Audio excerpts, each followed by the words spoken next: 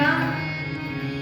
त्याचं कारण एप्रिल मध्ये परीक्षेला सामोरं जायचंय, थोडक्यात मृत्यूला सामोरं जायचंय म्हटल्यानंतर आपण जसे हातपाय ज्या स्पीडने मारतो, आणि म्हणून मी म्हटलं की परमार्थ आपण गांभीर्याने का नाही करत आहे, तर आपल्याला वाटतं की आपण फार वर्ष जगणार आहे.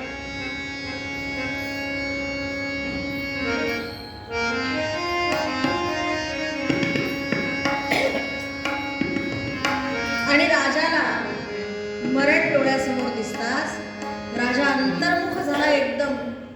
काल आपण ऐकलं हिमालयामधून फिरायला लागला आणि शुकदेवांसमोर जेव्हा आला, त्यांनी अत्यंत प्रेमाने डोक्यावरून पाठीवरून हात फिरवला. 16 वर्ष वय असणारे, आणि म्हणाले, बाळा, मृत्यूला घाबरलास का? मरावं कसं हे सांगणारा ग्रंथ आहे श्रीमद भागवत. मी रोज सांगते की प्रेम कसं करावं, प्रपंच सुद्धा कसा उत्तम करावा, आणि परमार्थ कसा एन्जॉय करावं हे सांगणारा हा ग्रंथ आहे श्रीमद भागवत.